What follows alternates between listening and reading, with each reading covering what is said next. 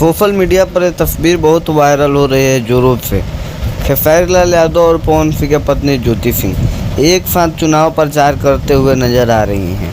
काराकाट में road show के दौरान खेसारी लाल यादव आने वाले थे और पवन सिंह की पत्नी 2 दिन से जब से पवन सिंह की तबीयत खराब हुआ है, ज्योति सिंह एकदम काराकाट में सक्रिय नजर आ रही हैं।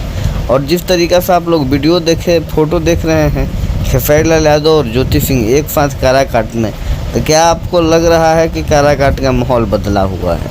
ऐसे तो पब्लिक रिव्यू से पता चल रहा है कि काराकाट के सभी जनता, ज़्यादातर जनता पवन सिंह के सपोर्ट में है और ज़्यादातर जनता पवन सिंह से उम्मीद लगा चुकी है।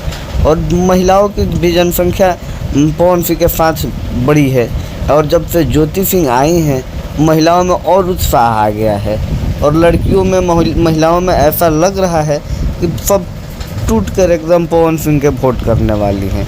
लेकिन हम इस तस्वीर की बात करते हैं, जो ये तस्वीर सोशल मीडिया पर घूम रहा है, चारों तरफ आप देख रहे हैं, ये सोशल मीडिया पर तस्वीर चल रहा है, तो क्या ये सच है या फेक तस्वीर बनाया गया है?